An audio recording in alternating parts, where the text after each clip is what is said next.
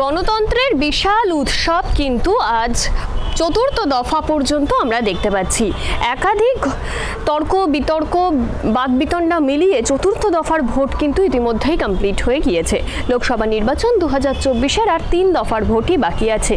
কিন্তু সেই 3 দফা ভোট কমপ্লিট হওয়ার মধ্যেই কিন্তু দেখা যাচ্ছে এখনো পর্যন্ত সিপিএম থেকেও বিজেপিতে লোকজন যোগদান করছে। সিপিএম থেকে যোগদান করলেন সিপিআইএম এর প্রাক্তন কাউন্সিলর মৌসুমী সাহা এবং বিশিষ্ট সমাজসেবী তপন সাহা।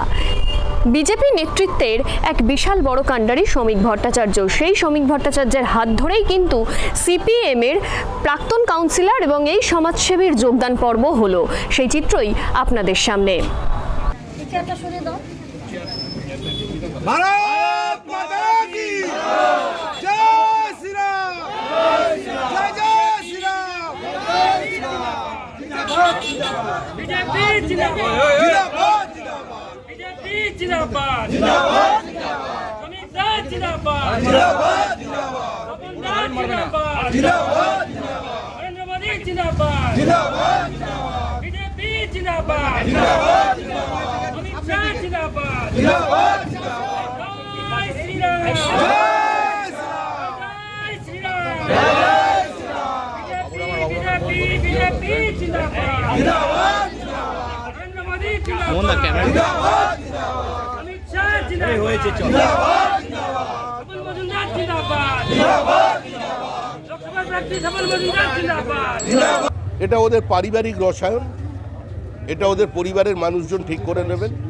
আমরা জানি এই নির্বাচনে আমাদের প্রার্থী সেখানে জয়লাভ করবেন।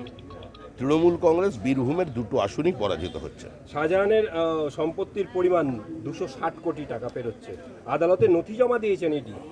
রাজ্য প্রশাসন, পুলিশ, গোয়েন্দা বিভাগ, ইনকাম ট্যাক্স, তৃণমূলের দল থেকে কেউ কিছু জানতো না বলছে। শাহজাহান স্বাধীনতা সংগ্রামী, বিবেকানন্দের পুনর্জন্ম হয়েছে শাহজাহানের নামে।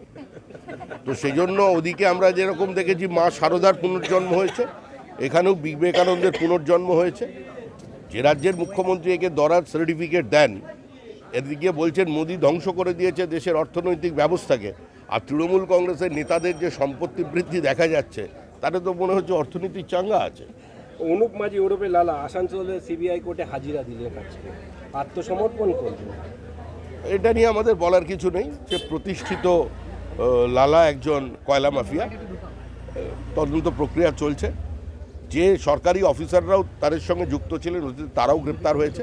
কিন্তু শুধু লালাকে গ্রেপ্তার করলে তো হবে না, লালার কয়লা কার হাতে, কার হাতকে ময়লা করেছে আজকে সেটাও দেখতে হবে। তাদেরই মানুষ খুঁজছে। ভোট পরবর্তীতে দুর্গাপুরে বিজেপি কর্মীদের, একাধিক কর্মীদের ওপর হামলার অভিযোগ। এটা চলবেই, এটা এখন আপাতত চলবে, 4 মে পর্যন্ত চলবে। কিন্তু গতবারের 2রা মের মতো অবস্থা তৈরি হবে না। তৃণমূল কংগ্রেস 7 তারিখে কথা বলার মতো অবস্থা থাকবে না। দাদা 1000 কেন্দ্রীয় বাহিনী অতিরিক্ত চাওয়া হয়েছে, কারণ হচ্ছে যে চতুর্থ দফায় প্রচুর অশান্তি বাংলা জুড়ে। দেখুন, এটা তো হবেই। তৃণমূল কংগ্রেস হতাশা এবং আতঙ্ক থেকে করছে। মুখ্যমন্ত্রী তো জমি চেনেন, মুখ্যমন্ত্রী দেখছেন যে তৃণমূল কংগ্রেস ডুবছে, আপ্রাণ চেষ্টা করছে। একটা জনবিচ্ছিন্ন রাজনৈতিক দল যদি আবার জিতে আসতে চায় তো স্বাভাবিকভাবেই তার ভিত্তি হবে বোমা, তার ভিত্তি হবে সন্ত্রাস, সেটাই হচ্ছে। তো শুভেন্দু অধিকারীকে মেরে হাত পা ভেঙে দেওয়া হবে এরকম একজন সাংসদ বিধায়ক দাবি করছেন। ওরকম অনেক দাবি করে। কে কোন খাটের তলায় ঢুকে যাবে 4 তারিখ সন্ধ্যার পর সব জানা আছে। যে এরকম কথা বলে দেখবেন ওই রাত্রে শুভেন্দুকে ফোন করেছে।